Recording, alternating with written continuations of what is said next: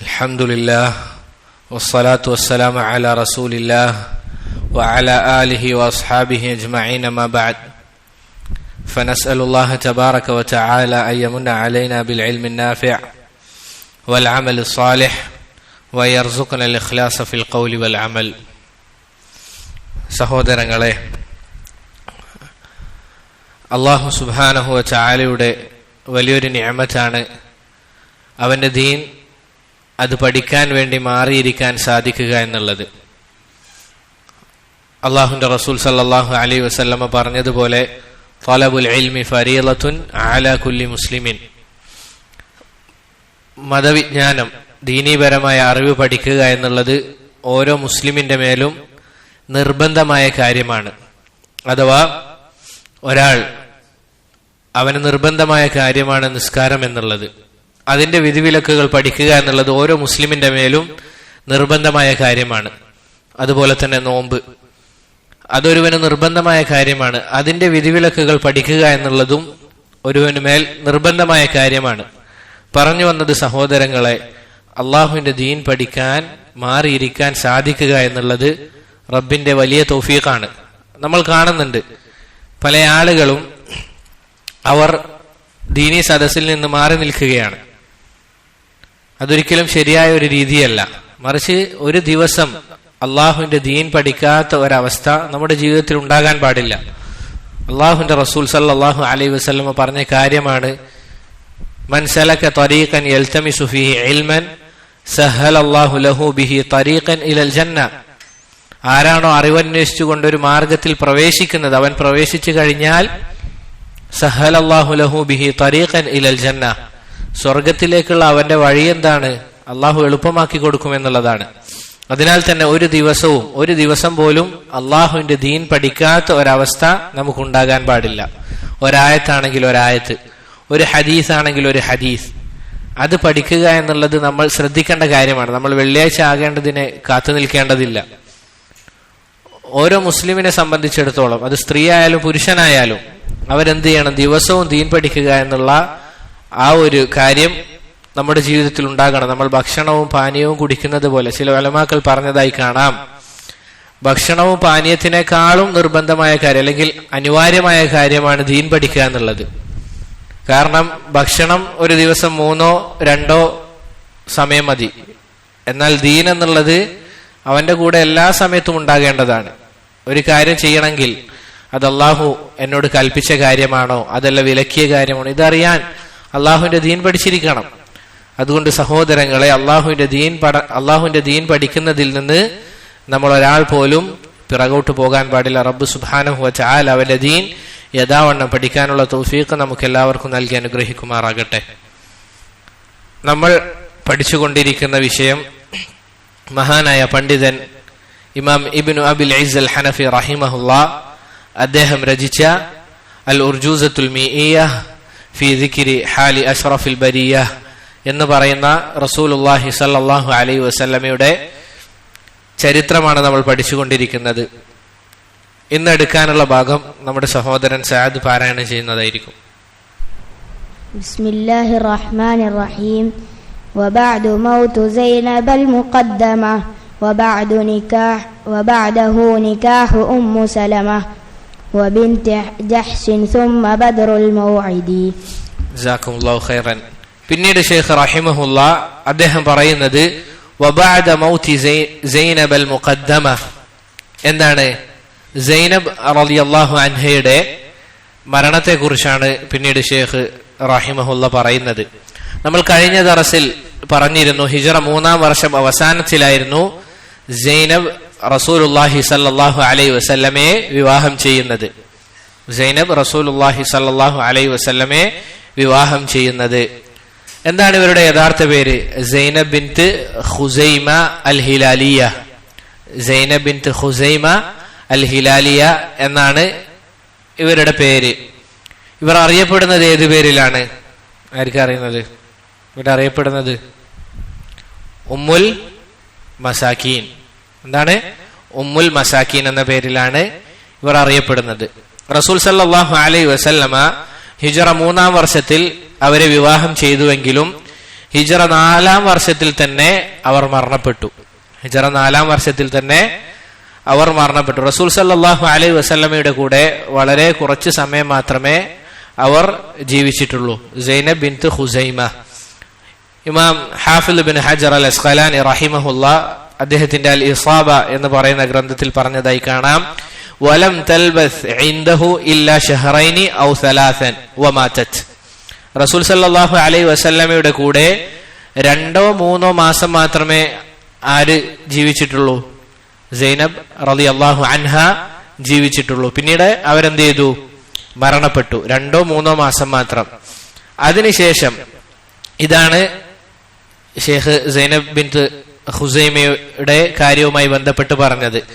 അതിനുശേഷം ഷേഖ് പറഞ്ഞത് വബഅദഹു നിക്കാഹു ഉമ്മി സലമ വബിൻത് ജഹ്ഷ്. ഈ 2 കാര്യമാണ് പറയുന്നത്. അഥവാ അതിനുശേഷം റസൂലുള്ളാഹി സ്വല്ലല്ലാഹു അലൈഹി വസല്ലം ആരെയാണ് വിവാഹം ചെയ്തത്? ഉമ്മു സലമ റളിയല്ലാഹു അൻഹയെ. എന്താണ് ഉമ്മു സലമയുടെ യഥാർത്ഥ പേര്? എത്ര പേർക്കറിയാം? ഉമ്മു സലമ. പലർക്കും ഉമ്മു സലമ എന്ന് മാത്രമേ അറിയൂ. ഉമ്മു സലമ എന്നുള്ള എന്താണ്? പേരാണോ? കുനിയത്താണല്ലേ? ഉമ്മു സലമത അല്ലെ? ഉമ്മു സലമ. എന്താ അവരുടെ യഥാർത്ഥ പേര് അറിയോ? ഹിന്ദ് ബിൻത് അബി ഉമയ്യ അൽ മഖ്സൂമിയ. ഹിന്ദുൻ എന്നാണ് അല്ലെ? ഹിന്ദുൻ. അവരുടെ യഥാർത്ഥ പേര് അതാണ്.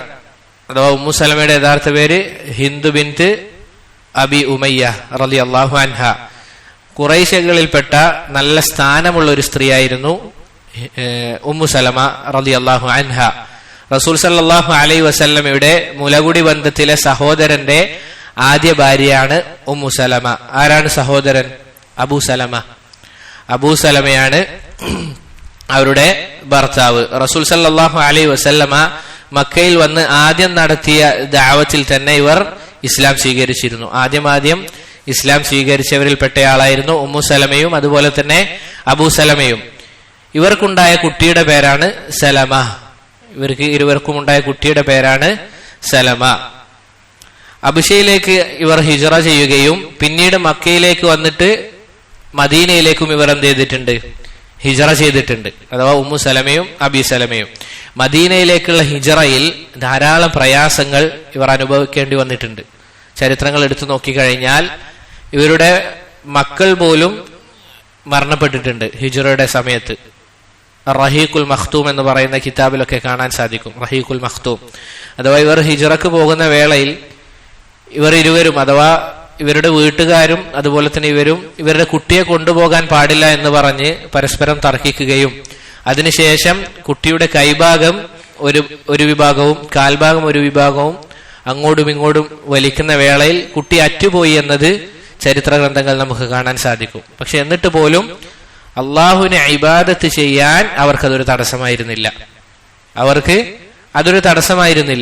അള്ളാഹു സുബ്ഹാനഹു വ തആലയുടെ അല്ലെങ്കിൽ അള്ളാഹു സുബ്ഹാനഹു വ തആലയുടെ ദീൻ അവർക്ക് പാലിക്കുന്നതിലായിരുന്നു ഏറ്റവും വലിയ ആനന്ദം കണ്ടെത്തിയിരുന്നത്. അങ്ങനെ സഹോദരങ്ങളെ, ഇവരുടെ മറ്റൊരു മഹിമ എന്ന് പറഞ്ഞു കഴിഞ്ഞാൽ വളരെ സൗന്ദര്യവതിയായിരുന്നു ഉമ്മു സലമ റളിയല്ലാഹു അൻഹ. വളരെ സൗന്ദര്യവതിയായിരുന്നു. അതുപോലെ തന്നെ വളരെ അറിയപ്പെട്ട കുടുംബത്തിലാണ് ഉമ്മു സലമ റളിയല്ലാഹു അൻഹ പിറന്നത്. അബൂ സലമ റളിയല്ലാഹു അൻഹു മദീനയിൽ വെച്ച് മരണപ്പെട്ടതിന് ശേഷം റസൂലുള്ളാഹി സ്വല്ലല്ലാഹു അലൈഹി വസല്ലമ വിവാഹം ചെയ്യുന്നത്. മദീനയിൽ വെച്ച് അബൂ സലമ മരണപ്പെട്ടു. ശേഷം റസൂലുള്ളാഹി സ്വല്ലല്ലാഹു അലൈഹി വസല്ലമ ഇവരെ വിവാഹം ചെയ്തു. ഇവർക്ക് ധാരാളം മഹത്വങ്ങളുണ്ട്. അതിൽപ്പെട്ട ഒരു കാര്യമാണ് റസൂൽ സല്ലല്ലാഹു അലൈഹി വസല്ലമ ഇവരുടെ കൂടെ ഉണ്ടായിരിക്കെ ഒരു ദിവസം ജിബ്രീൽ അലൈഹി സ്വലാത്തു വസ്സലാം ഒരു സഹാബിയുടെ രൂപത്തിൽ വരാറുണ്ട്. ഏതാണ് സഹാബി? അഹ്സൻ അല്ലാഹുമ്മ ബാരിക്. ദിഹിയത്തുൽ കൽബി എന്ന് പറയുന്ന വളരെ സുന്ദരനായ ഒരു സഹാബിയുണ്ട്. ആ സഹാബിയുടെ രൂപത്തിലാണ് ആര് വരാറുള്ളത്? ജിബ്രീൽ അലൈഹി സ്വലാത്തു വസ്സലാം. അങ്ങനെ ഈ മനുഷ്യരൂപത്തിൽ വന്നുകൊണ്ട് റസൂലുള്ളാഹി സ്വല്ലല്ലാഹു അലൈഹി വസല്ലമക്ക് ദീനി വിഷയങ്ങൾ പഠിപ്പിക്കാൻ വേണ്ടി ജിബ്രീൽ അലൈഹി സ്വലാത്തു വസ്സലാം ദിഹിയത്തുൽ കൽബി എന്ന് പറയുന്ന സഹാബിയുടെ രൂപത്തിൽ ഇവരുടെ അടുക്കലേക്ക് വന്നു. പണ്ഡിതന്മാർ പറഞ്ഞതായി കാണാം, ഇത് ഇവർക്കുള്ള ഒരു ശ്രേഷ്ഠതയാണ്. കാരണം ഒരു മനുഷ്യരൂപത്തിൽ വന്നുകൊണ്ട് ഇവർ കാണുകെ റസൂലുള്ളാഹി സ്വല്ലല്ലാഹു അലൈഹി വസല്ലമക്ക് പല കാര്യങ്ങളും പഠിപ്പിച്ചു കൊടുത്തു എന്നുള്ളത്. അതുപോലെ തന്നെ സഹോദരങ്ങളെ, നമ്മൾ മനസ്സിലാക്കേണ്ട മറ്റൊരു കാര്യം എന്താണ്? അതിനുശേഷം ഷെയ്ഖ് പറഞ്ഞ കാര്യമാണ് വബിൻതു ജഹ്ഷിൻ അഥവാ സൈനബ് ബിൻത് ജഹ്ഷ് എന്നാണ് ഇവരുടെ പേര്, സൈനബ് ബിൻത് ജഹ്ഷ്. അപ്പൊ റസൂലുള്ളാഹി സ്വല്ലല്ലാഹു അലൈഹി വസല്ലമക്ക് എന്തുണ്ട്? 2 സൈനബ് എന്ന് പറയുന്ന ഭാര്യമാരുണ്ട്. ആദ്യം നമ്മൾ ആരെയാണ് പറഞ്ഞത്? സൈനബ് ബിൻത് ഖുസൈമ. ഇപ്പൊ പറയുന്നത് ആരാണ്? സൈനബ് ബിൻത് ജഹ്ഷ്. 2 പേരുണ്ട്.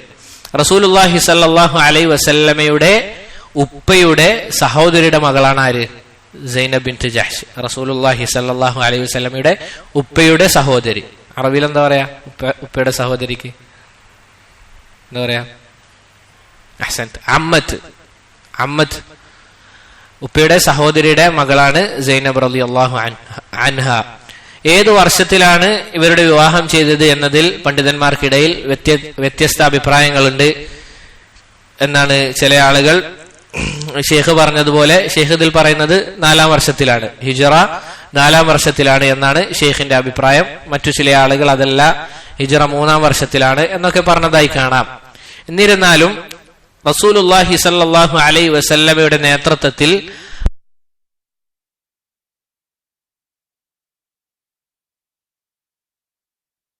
സ്വാഭാവികമായ ഒരു കാര്യം പറയാം. സലഫുകളിൽ ചില ആളുകൾ ഇതുപോലെ ഇരുട്ട് വന്നു കഴിഞ്ഞാൽ അവർ ഖബറിനെ കുറിച്ച് ചിന്തിക്കാറുണ്ട് എന്നുള്ളതാണ്. ഖബറിനെ കുറിച്ച് ചിന്തിക്കാറുണ്ട് എന്നുള്ളതാണ്. അഥവാ ആലോചിച്ച് നോക്കണം, നമുക്കിപ്പോ ഒരു ഭയമില്ലാത്ത എന്തുകൊണ്ടാ?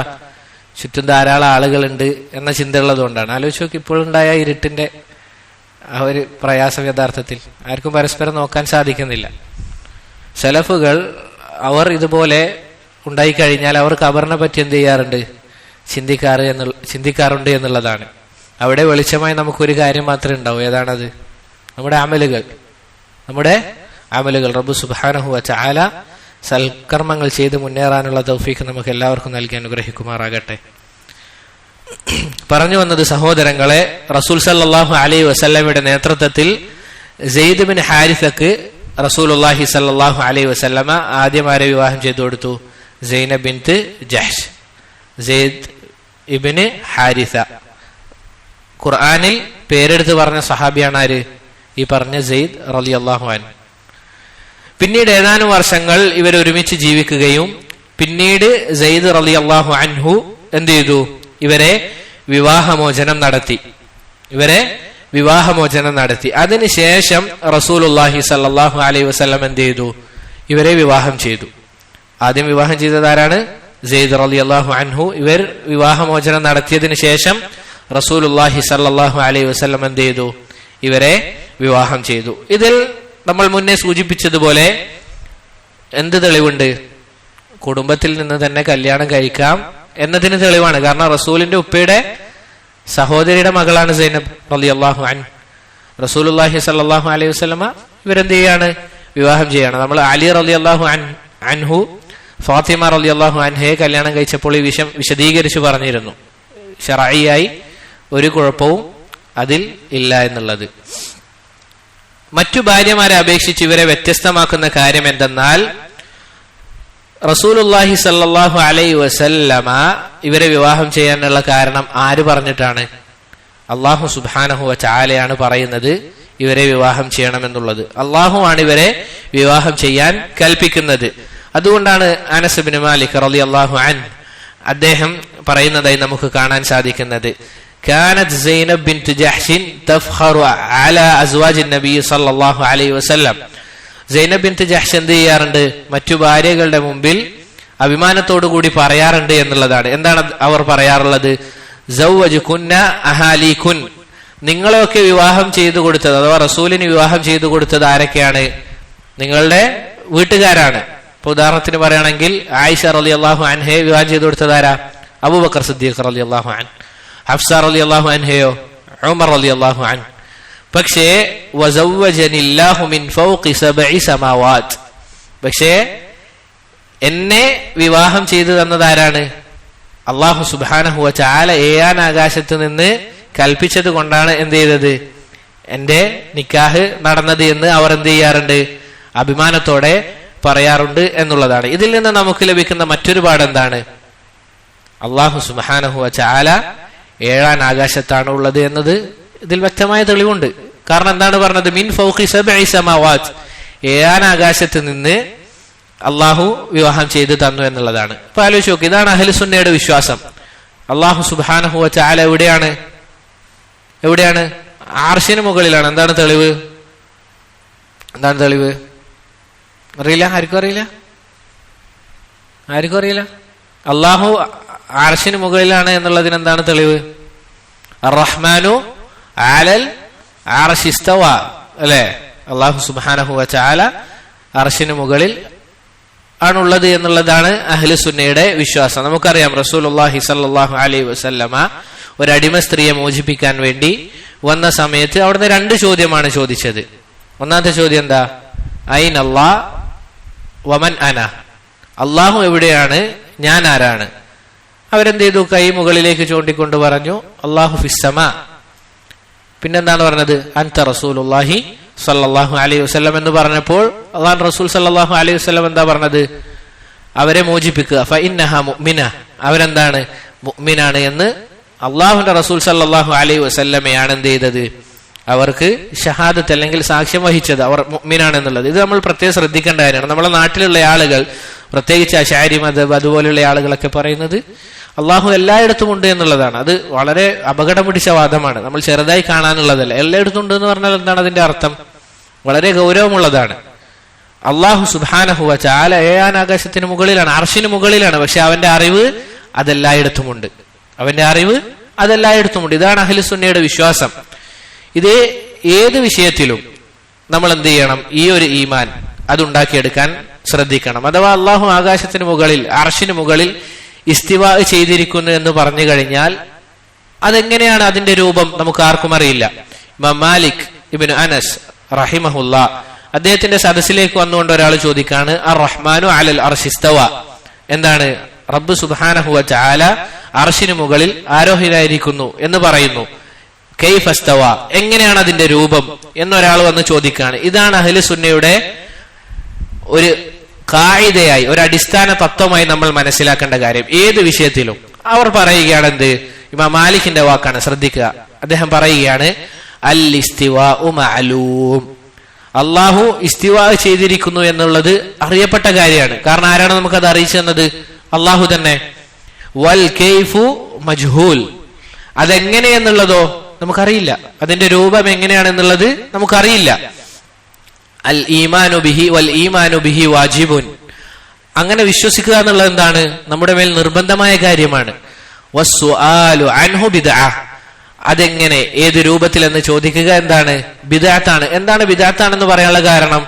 റസൂൽ സല്ലല്ലാഹു അലൈഹി വസല്ലമ സഹാബത്തിന് ഇത് പറഞ്ഞു കൊടുത്തപ്പോ സഹാബത്ത് ആരെങ്കിലും ചോദിച്ചോ എങ്ങനെയാണ് അതിന്റെ രൂപം, എങ്ങനെയാണ് അള്ളാഹു ഇസ്തിവാ ചെയ്യുന്നത് എന്ന് സഹാബിമാർ ചോദിച്ചോ? ഇല്ല. അള്ളാഹു ഇസ്തിവാ ചെയ്യുന്നുണ്ടെന്ന് പറഞ്ഞാൽ ഇസ്തിവാ ചെയ്യുന്നുണ്ട്, പക്ഷെ അതിന്റെ രൂപമോ അള്ളാഹു ആലം, അതെന്ത് നമുക്കറിയില്ല. ഇതുപോലെ തന്നെയാണ് അള്ളാഹുവിന്റെ എല്ലാ വിശേഷണങ്ങളും നമ്മൾ ശ്രദ്ധിക്കേണ്ടത്. അള്ളാഹുവിന് കൈയുണ്ട് എന്ന് പറഞ്ഞാൽ കൈയുണ്ട്, അതൊരിക്കലും നമ്മൾ എന്ത് ചെയ്യാൻ പാടില്ല, വ്യാഖ്യാനിക്കാൻ പാടില്ല. അള്ളാഹുവിന്റെ കൈ എന്ന് പറഞ്ഞാൽ അത് കുദറത്താണ്, അള്ളാഹിന്റെ ശക്തിയാണ് എന്ന് നമുക്ക് പറയാൻ പാടില്ല. കാരണം നമ്മൾ ചിന്തിക്കേണ്ട കാര്യം എന്താണ്? അള്ളാഹുവിന്റെ റസൂൽ സല്ലല്ലാഹു അലൈഹി വസല്ലമ മലമൂത്ര വിസർജന മര്യാദകൾ വരെ സ്വഹാബിമാർക്ക് പഠിപ്പിച്ചു കൊടുത്തിട്ടുണ്ട്. ആ റസൂലുള്ളാഹി സല്ലല്ലാഹു അലൈഹി വസല്ലമ സ്വഹാബിമാർക്ക് ഇത് പഠിപ്പിച്ചു കൊടുക്കാതിരിക്കാനുള്ള കാരണം എന്താണ്? അഥവാ അള്ളാഹുവിന്റെ കൈ എന്ന് പറഞ്ഞ ഈ രൂപത്തിലാണ്, അതല്ലെങ്കിൽ ഇങ്ങനെയാണ്, എന്തുകൊണ്ടാണ് പഠിപ്പിച്ചു കൊടുക്കാത്തത്? ഇമാം നാസിർ അസ്സഅദി റഹിമഹുല്ലാ അദ്ദേഹം മൻഹജുൽ ഹഖ് എന്ന് പറയുന്ന കവിതയിൽ പറഞ്ഞതായി കാണാം, ലൈസ യുതീഖുൽ അഖ്ലു കുൻഹ സിഫാതിഹി, ഒരിക്കലും നമ്മുടെ അഖ്ലിന് എന്ത് ചെയ്യാൻ സാധിക്കില്ല, അള്ളാഹുവിന്റെ സിഫാത്തുകൾ എങ്ങനെയാണ് എന്നുള്ളത് നമുക്ക് ചിന്തിച്ച് മനസ്സിലാക്കാൻ സാധിക്കില്ല. അതുകൊണ്ട് അള്ളാഹു നമ്മോടുള്ള റഹ്മത്ത് കൊണ്ട് പറഞ്ഞതാണെന്ത്, അല്ലെങ്കിൽ പറഞ്ഞു തരാത്തതാണ്. നമ്മുടെ അഖ്ലിന് അത് ചിന്തിക്കാൻ പറ്റില്ല. എന്നിട്ട് ശേഷം ഷെയ്ഖ് പറയണം, ഫസല്ലിം ലിമാ ഖാല റസൂലു മുഹമ്മദു, നിങ്ങൾ എന്ത് ചെയ്യണം? തസ്ലീമ ചെയ്യണം, കീഴൊതുങ്ങണം. എന്താണോ റസൂലുള്ളാഹി സ്വല്ലല്ലാഹു അലൈഹി വസല്ലമ പറഞ്ഞത് അതിൽ നിങ്ങൾ എന്ത് ചെയ്യണം? കീഴൊതുങ്ങണം. അതെങ്ങനെ, ഏത് രൂപത്തിലാണ് എന്നുള്ളത് നമ്മളോട് ചിന്തിക്കാനോ അത് ആലോചിച്ചു കൂട്ടാനോ അള്ളാഹു സുബ്ഹാനഹു വ തആല നമ്മളോട് കൽപ്പിച്ചിട്ടില്ല. അള്ളാഹ്ക്ക് കൈയുണ്ടെന്ന് പറഞ്ഞാൽ കൈയുണ്ട്, അതെങ്ങനെയാണ്? അല്ലാഹു ആലം. അതിന്റെ രൂപം എങ്ങനെയാണ്? അല്ലാഹു ആലം എന്നുള്ളതാണ്. ഇപ്പൊ പറഞ്ഞു വന്നത് സഹോദരങ്ങളെ, അഹ്ലു സുന്നയുടെ വിശ്വാസം അത് നമ്മൾ പഠിക്കണം. പ്രത്യേകിച്ച് ഈ കാലഘട്ടത്തിൽ ഇതുപോലുള്ള സോഷ്യൽ മീഡിയകളും അതുപോലുള്ള കാര്യങ്ങൾ വന്നതുകൊണ്ട് ഈ രൂപത്തിലുള്ള ബാത്തില് ആയ വിശ്വാസങ്ങൾ പ്രചരിച്ചുകൊണ്ടിരിക്കുകയാണ്. ഇപ്പൊ അടുത്തുകൂടി ഒരു വീഡിയോ കാണാനിടയുണ്ടായി. എന്താണ്? മുൻഗാമികളൊക്കെ അശ്അരി മദ്ഹബായിരുന്നു എന്നുള്ളത്. എന്താണ് അശ്അരി മദ്ഹബ് എന്ന് പറഞ്ഞാൽ? വളരെ പിഴച്ച മദ്ഹബാണത്. അവർ പറയുന്നത് മുൻഗാമികളൊക്കെ ആ ഒരു വിശ്വാസക്കാരാണ് എന്നുള്ളത്. ആലോചിച്ച് നോക്കൂ, അള്ളാഹുവിന്റെ സിഫാത്തുകളെ പലതും നിഷേധിക്കുന്ന അതുപോലുള്ള വിശ്വാസങ്ങളാണ് മുൻഗാമികൾക്ക് എന്നാണ് അവർ പറയുന്നത്. അതുകൊണ്ട് നമ്മൾ എന്ത് ചെയ്യണം? നമ്മുടെ അഖീദ അത് പുതുക്കിക്കൊണ്ടേയിരിക്കണം. റബ്ബു സുബ്ഹാനഹു വ തആല തൗഫീഖ് നൽകി അനുഗ്രഹിക്കുമാറാകട്ടെ.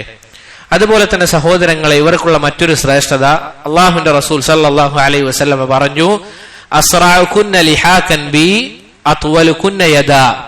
റസൂൽ സല്ലല്ലാഹു അലൈഹി വസല്ലം പറഞ്ഞു, നിങ്ങളുടെ കൂട്ടത്തിൽ ആദ്യമായി എന്നോട് വന്നു ചേരുക, അഥവാ ഞാൻ മരണപ്പെട്ട് കഴിഞ്ഞാൽ പിന്നീട് നിങ്ങളുടെ കൂട്ടത്തിൽ ആദ്യമായി മരണപ്പെടുക ആരാണ്? അസ്റഅകുന്ന അത്വലുകുന്ന യദാ. നിങ്ങളുടെ കൂട്ടത്തിൽ നീണ്ട കൈയുള്ളയാൾ ആണ്. എന്താണ് നീണ്ട കൈ എന്നുകൊണ്ട് ഉദ്ദേശം? സ്വതക്ക നൽകുക, ധാരാളം സ്വതക്ക നൽകുന്നയാൾ.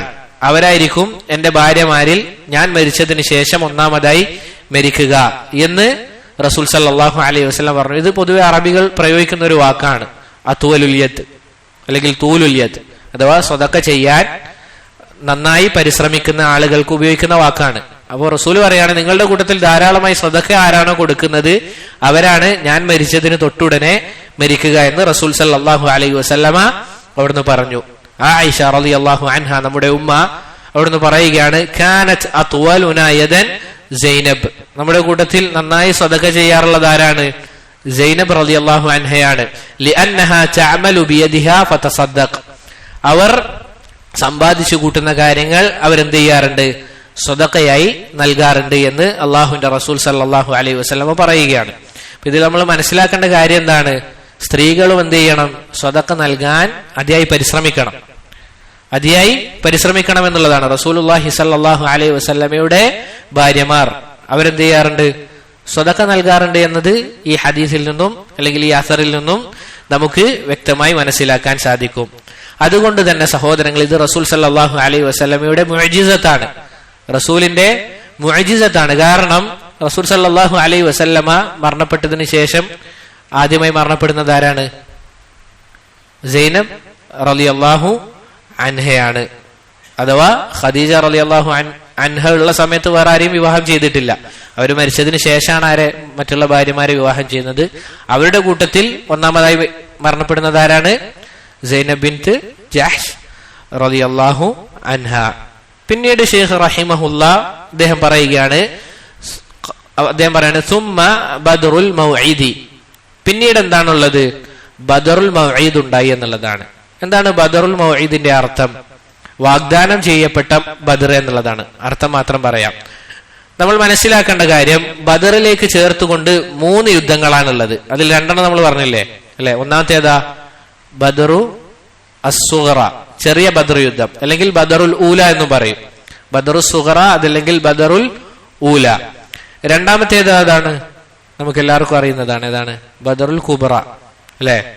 നമ്മളെല്ലാവരും അല്ലെങ്കിൽ പരിചിതമായ ബദർ യുദ്ധം, റമദാനിൽ നടന്ന ബദർ യുദ്ധം എല്ലാവർക്കും അറിയുന്നതാണ്. മൂന്നാമത്തേത് ഏതാണ്? ബദറുൽ മൗഇദ്, ഇവിടെ പറയാൻ പോകുന്നത് ബദറുൽ മൗഇദ്. എന്താണ് സഹോദരങ്ങളെ ബദറുൽ മൗഇദ് എന്നതുകൊണ്ടുള്ള ഉദ്ദേശം? വാഗ്ദാനം ചെയ്യപ്പെട്ട ബദർ എന്നതുകൊണ്ടുള്ള ഉദ്ദേശം ഇബ്നുൽ ഖയ്യിം റഹിമഹുല്ലാ അദ്ദേഹം പറഞ്ഞതായി കാണാം. ഉഹദ് യുദ്ധത്തിൽ നമുക്കറിയാം കാഫിരീങ്ങൾക്ക് നേരിയ രൂപ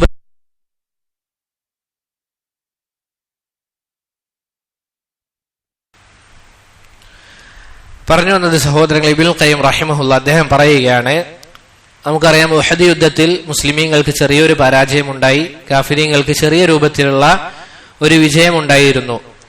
അങ്ങനെ ഉഹദ് കഴിഞ്ഞു പോകുമ്പോൾ അബൂ സുഫിയാൻ മുസ്ലിമീങ്ങളെ നോക്കി പറഞ്ഞിരുന്നു, ഇതേ ദിവസം നമുക്കിനി ബദറിൽ വെച്ച് കാണാം, ഇതേ ദിവസം നമുക്കിനി ബദറിൽ വെച്ച് കാണാമെന്ന് അബൂ സുഫിയാൻ റളിയല്ലാഹു അൻഹു.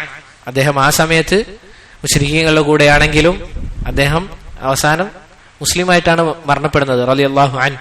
പറയാനുള്ള കാരണം പല യുദ്ധത്തിലും അതിന്റെ നേതൃസ്ഥാനം വഹിച്ചത് ആരാണ്? അബൂ സുഫിയാനാണ്. അതുകൊണ്ട് നമ്മളെ മനസ്സിൽ എന്തുണ്ടാകാൻ പാടില്ല, ആ ഒരു വെറുപ്പ് വരാൻ പാടില്ല. കാരണം അൽ ഇസ്ലാം യഹ്ദിമു മാ ഖബ്ല, ഒരാൾ ഇസ്ലാം സ്വീകരിച്ചു കഴിഞ്ഞാൽ പിന്നീട് അവർ മുൻപ് ചെയ്ത കാര്യങ്ങളൊക്കെ എന്താകും? പൊളിഞ്ഞു പോകും. വയുബദ്ദിലുല്ലാഹു സയ്യിആതിഹിം ഹസനാത്ത്, അല്ലാഹു സുബ്ഹാനഹു വതആല അവരുടെ തിന്മകൾ പോലും എന്താക്കും? നന്മകളാക്കി മാറ്റും. പറഞ്ഞു വന്നത് അദ്ദേഹം എന്ത് ചെയ്തു? വെല്ലുവിളിച്ചു, അല്ലെങ്കിൽ ഈ രൂപത്തിൽ സംസാരിച്ചു. അടുത്ത വർഷം ഇതേ സമയം നമുക്ക് ബദറിൽ വെച്ച് കാണാം എന്ന് പറഞ്ഞിട്ടാണ് പോയത്. റസൂൽ സല്ലല്ലാഹു അലൈഹി വസല്ലം ഈ കാര്യം അത് ആലോചിക്കുകയും പിന്നീട് ഇതേ ദിവസം റസൂൽ സല്ലല്ലാഹു അലൈഹി വസല്ലമ 1500 സഹാബിമാരെയും കൂട്ടി എങ്ങോട്ടേക്ക് പോയി? ബദറിലേക്ക് യാത്ര തിരിച്ചു. അങ്ങനെ മദീനയുടെ താൽക്കാലിക ഉത്തരവാദിത്തം അബ്ദുല്ലാഹ് ഇബ്നു റവാഹ റളിയല്ലാഹു അൻഹുവിനെ ഏൽപ്പിച്ചു. ആരാണ് അബ്ദുല്ലാഹ് ഇബ്നു റവാഹ? നമ്മൾ ഖുതുബയിൽ സൂചിപ്പിച്ചിരുന്നു. മുഅ്ത യുദ്ധത്തിൽ മൂന്നാമതായി അമീറായ സഹാബി അബ്ദുല്ലാഹ് ഇബ്നു റവാഹ. വളരെ ചെറുപ്പക്കാരനായ സഹാബിയായിരുന്നു. 30 ചില്ലാനം വയസ്സ് മാത്രമാണ് അദ്ദേഹത്തിന് മരണപ്പെടുന്ന സമയത്ത്. അങ്ങനെ അദ്ദേഹത്തെ മദീനയുടെ താൽക്കാലിക ഉത്തരവാദിത്വം ഏൽപ്പിച്ചുകൊണ്ട് റസൂൽ സല്ലല്ലാഹു അലൈഹി വസല്ലമ ബദറിലേക്ക് പോയി. സംഭവം അറിഞ്ഞ അബൂ സുഫിയാൻ റളിയല്ലാഹു അൻഹു 2000-ഓളം ആളുകളെയും കൂട്ടി മക്കയിൽ നിന്ന് എന്ത് ചെയ്തു? പുറപ്പെട്ടു. നമ്മൾ മനസ്സിലാക്കേണ്ട കാര്യം, കുഫാറുകളുടെ കയ്യിൽ വളരെയധികം ആയുധങ്ങളും അതുപോലെ തന്നെ ദുനിയാവിപരമായി നോക്കുകയാണെങ്കിൽ പല കാര്യങ്ങളുമുണ്ട്. എന്നാൽ നേരെ മറിച്ച് മുസ്ലിമീങ്ങളുടെ കയ്യിൽ എന്താണ് അവരുടെ വിലപിടിപ്പുള്ളത്? ഈമാൻ മാത്രമാണ്. ഈമാൻ അത് മാത്രമാണ്. അവർ ഒരു പ്രയാസം വരുമ്പോൾ അവരെല്ലാവരും കൈ ഉയർത്തുന്നത് ആരിലേക്കാണ്? അള്ളാഹുവിലേക്കാണ്. അള്ളാഹുവെ മാത്രം ഇബാദത്ത് ചെയ്യുന്ന ആളുകളെ അള്ളാഹു സുബ്ഹാനഹു വതആല അവർ വിചാരിക്കാത്ത രൂപത്തിൽ സഹായിക്കും. വമൻ യത്തഖില്ലാഹ യജ്അൽ ലഹു മഖ്റജ, ആരാണോ അള്ളാഹുവിനെ യഥാവണ്ണം സൂക്ഷിക്കുന്നത് അള്ളാഹു അവർക്കൊരു പോംവഴി കാണിച്ചു കൊടുക്കുമെന്ന് റബ്ബ് സുബ്ഹാനഹു വതആല പറയുന്നുണ്ട്. അങ്ങനെ സഹോദരങ്ങളെ, അവർ ഏകദേശം മർറു ദഹ്റാൻ എന്ന് പറയുന്ന സ്ഥലത്തെത്തിയപ്പോൾ അബൂ സുഫിയാൻ റളിയല്ലാഹു അൻഹു അവരുടെ കൂടെയുള്ള ആളുകളോട് പറയാണ്, ഞാനിപ്പോൾ കരുതുന്നത് യുദ്ധമൊന്നും വേണ്ട എന്നുള്ളതാണ്. അവരോട് പറയാണ്, കൂടെയുള്ള ആളുകളോട്, യുദ്ധത്തിന്റെ ആവശ്യമില്ല, അത് ചെയ്യണ്ട എന്നുള്ളതാണ് ഞാൻ കരുതുന്നത്. ഞാൻ എന്തായാലും എന്ത് ചെയ്യാണ്? മക്കയിലേക്ക് തന്നെ തിരിച്ചു പോവുകയാണ്. നിങ്ങൾക്ക് എന്റെ കൂടെ വരണമെങ്കിൽ വരാം. ഞാൻ എന്ത് ചെയ്യുന്നില്ല?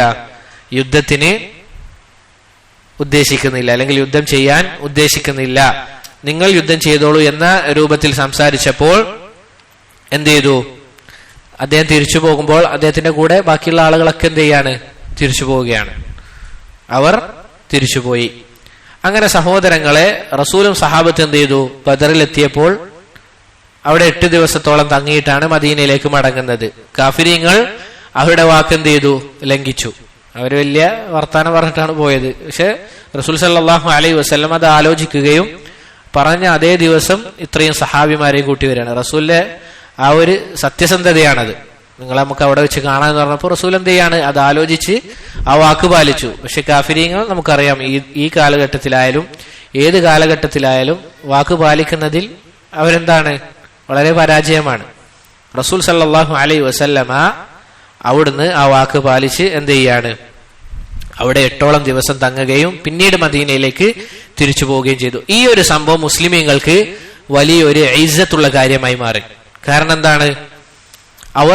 അവർ പറഞ്ഞതുപോലെ ധൈര്യത്തോടുകൂടി ആ ബദറിലേക്ക് വന്നു. ഒരിക്കലും മുസ്ലിമീങ്ങൾ എന്തായിരുന്നില്ല? ഭീരുക്കളായിരുന്നില്ല. ഏത് ചരിത്രം എടുത്തു നോക്കിക്കഴിഞ്ഞാലും സുബ്ഹാനല്ലാഹ് എന്താണ്? അള്ളാഹുവിന്റെ റസൂലിന്റെ സഹാബിമാർ വളരെ ധൈര്യശാലികളായിരുന്നു. പല ആളുകളും അബൂബക്കർ സിദ്ദീഖ് റളിയല്ലാഹു അൻഹു മുതൽ അവസാനം ജീവിച്ചു മരിച്ച, അല്ലെങ്കിൽ ഏത് സഹാബിമാരെ എടുത്തു നോക്കിക്കഴിഞ്ഞാലും വളരെ ധൈര്യശാലികളായിരുന്നു. ഖാലിദ് ബിൻ വലീദ് റളിയല്ലാഹു അൻഹു, ഹംസ റളിയല്ലാഹു അൻഹു, ഇങ്ങനെ എത്രയോ സഹാബിമാർ വളരെ ധൈര്യശാലികളായിരുന്നു. അവരെ പറ്റി പറയപ്പെട്ടതായി കാണാം, സഹാബിമാരെ പറ്റി പറയപ്പെട്ടതായി കാണാം. അവരെന്താണ്? പകലുകളിൽ എന്താണ്? സിംഹങ്ങളാണ്. അവർ പകലുകളിൽ സിംഹങ്ങളാണ്, എന്നാൽ രാത്രികളിലോ പൂച്ചക്കുട്ടിയെ പോലെയാണ്. റബ്ബിന് മുന്നിൽ അവരെന്ത് ചെയ്യാണ്? ഇബാദത്തിലും കണ്ണീരോടുകൂടി അള്ളാഹുവിനെ മാത്രം ഇബാദത്ത് ചെയ്ത് അള്ളാഹുവിനോട് അവരുടെ ആവശ്യകതകളൊക്കെ പറഞ്ഞുകൊണ്ട് അവർ ഒതുങ്ങിക്കൂടുകയാണ്. കണ്ടു കഴിഞ്ഞാൽ പല ആളുകളും അവരെ കണ്ടപ്പോൾ പറയാണ്, ഇവരെയാണോ നമ്മൾ രാവിലെ കണ്ടത്, ആ ശൗര്യമുള്ള അല്ലെങ്കിൽ ധൈര്യശാലികൾ, രാത്രി നോക്കൂ വളരെ പേടിച്ചുകൊണ്ട് കരയുകയാണ് എന്ന രൂപത്തിൽ. ഉമർ റളിയല്ലാഹു അൻഹു നമുക്കറിയാം ശൈത്താൻ വരെ പേടിച്ചു പോകുമെന്നാണ്. പക്ഷേ അദ്ദേഹം അള്ളാഹുവിന്റെ ഒരു ആയത്ത് പാരായണം ചെയ്യപ്പെട്ടാൽ അദ്ദേഹം എന്ത് ചെയ്യാണ്, മാസങ്ങളോളം രോഗിയാവുകയാണ്. അള്ളാഹുവിന്റെ ദീനീ വിഷയങ്ങളിൽ അദ്ദേഹം എന്ത് ചെയ്യാണ്, വഖാഫാണ്. അള്ളാഹു എന്താ പറഞ്ഞോ, റസൂൽ എന്ത് പറഞ്ഞോ, പിന്നീട് മറുത്തൊന്നും ചിന്തിക്കാനില്ല. പറഞ്ഞു വന്നത് സഹോദരങ്ങളെ, അള്ളാഹുന്റെ റസൂൽ സല്ലല്ലാഹു അലൈഹി വസല്ലമയും സഹാബിമാരും 8ഓളം ദിവസം അവിടെ നിന്നുകൊണ്ട് പിന്നീട് മദീനയിലേക്ക് പോയി. ഈ ഒരു സംഭവം കാഫിര്യങ്ങളെ സംബന്ധിച്ചിടത്തോളം എന്തുണ്ടായി, വളരെ നിന്ദത ഉണ്ടാക്കി അവർക്ക്. കാരണം ഇത്രയും വലിയ വെല്ലുവിളികൾ നടത്തി ബദറിലേക്ക് വന്നു, പക്ഷെ എന്ത് ചെയ്തില്ല, യുദ്ധം നടത്തിയില്ല, അവര് തന്നെ പിന്തിരിഞ്ഞു പോയി. അങ്ങനെ സഹോദരങ്ങളെ തിരിച്ചു മക്കയിലേക്ക് എത്തിയപ്പോൾ അവരുടെ ജനങ്ങൾ തന്നെ, മക്കയിലെ കുഫാറുകൾ തന്നെ എന്ത് ചെയ്യാണ്, പരിഹസിക്കുകയാണ്. നിങ്ങൾ ഇവിടുന്ന് വലിയ യുദ്ധം ഉദ്ദേശിച്ചു പോയി, പിന്നീട് നിങ്ങൾ എന്ത് ചെയ്യാണ്, തിരിച്ചു വന്നിരിക്കുകയാണ്, നിങ്ങൾക്ക് നാണമില്ല എന്ന രൂപത്തിൽ മക്കയിലെ കുഫാറുകൾ തന്നെ അവരെന്ത് ചെയ്തു, പ്രയാസപ്പെടുത്തി. ഇതാണ് സഹോദരങ്ങളെ ബദറുൽ മൗഇദ് എന്ന് പറയുന്ന സംഭവം. ഇത്രയുമാണ് ഇൻഷാ അല്ലാഹ് ഇന്ന് വിശദീകരിക്കാൻ ഉദ്ദേശിച്ചത്. പറഞ്ഞതിൽ വല്ല നന്മയും ഉണ്ട് എങ്കിൽ അത് അള്ളാഹുവിൽ നിന്ന് മാത്രമുള്ളതാണ്. വല്ല തെറ്റും വന്നു പോയിട്ടുണ്ട് എങ്കിൽ അത് എന്നിൽ നിന്നും ശൈത്താനിൽ നിന്നുമുള്ളതാണ്. റബ്ബ് സുബ്ഹാനഹു വ തആല പറഞ്ഞ കാര്യം ജീവിതത്തിൽ പ്രാവർത്തികമാക്കാൻ നമുക്ക് എല്ലാവർക്കും തൗഫീഖ് നൽകി അനുഗ്രഹിക്കുമാറാകട്ടെ. وهذا والله تعالى أعلى وأعلم وصلى الله وسلم على نبينا محمد وعلى آله وأصحابه أجمعين. سبحانك اللهم وبحمدك أشهد أن لا إله إلا أنت أستغفرك وأتوب إليك. السلام عليكم ورحمة الله وبركاته.